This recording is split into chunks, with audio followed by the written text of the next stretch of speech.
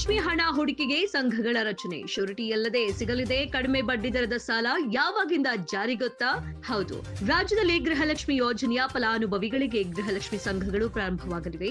ಪ್ರತಿ ತಿಂಗಳು ಬರುವ 2,000 ರುಗಳನ್ನು ಸಂಘದಲ್ಲಿ ಹೂಡಿಕೆ ಮಾಡಬಹುದು. 4 ರಿಂದ 10 ಜನರ ಗುಂಪು ರಚಿಸಿ ಹಣವನ್ನ ಬ್ಯಾಂಕಿನಲ್ಲಿ ಠೇವಣಿ ಇಡಬಹುದು.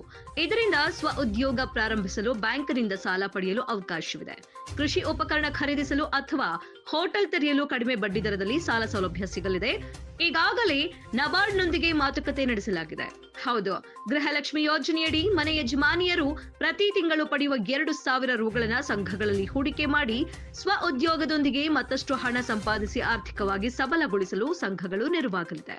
4 ರಿಂದ 10 ಮಂದಿಗೆ ಒಂದು ಸಂಘ ರಚಿಸಲು ಉದ್ದೇಶಿಸಲಾಗಿದೆ.